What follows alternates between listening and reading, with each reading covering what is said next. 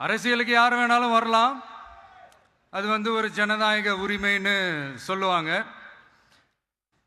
ஆனா மக்களுக்கு ரொம்ப ரொம்ப பிடிச்சு போன ஒருத்தன் அரசியலுக்கு வரான்னா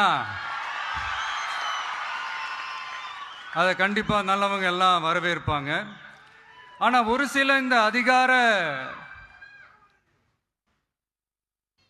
இல்ல அது வேணாம், ஒரு சில பேருக்கு மட்டும் கொஞ்சம் எரிச்சல் வரத்தானே செய்யும். அது இருக்கும் தானே.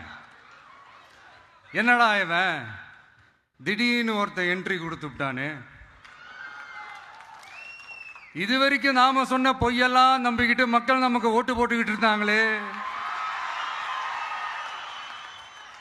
ஆனா இப்ப இவன் சொல்றதெல்லாம் பார்த்தா மக்கள் மனசுக்கு ரொம்ப நெருக்கமா வேற இருக்குது. அதுவே நமக்கு ஒரு பெரிய நெருக்கடியாகவும் இருக்குது. இவனை என்ன பண்ணலாம், என்ன செய்யலாம், எப்படி இவனை இது பண்ணலாம், க்ளோஸ் பண்ணலாம்.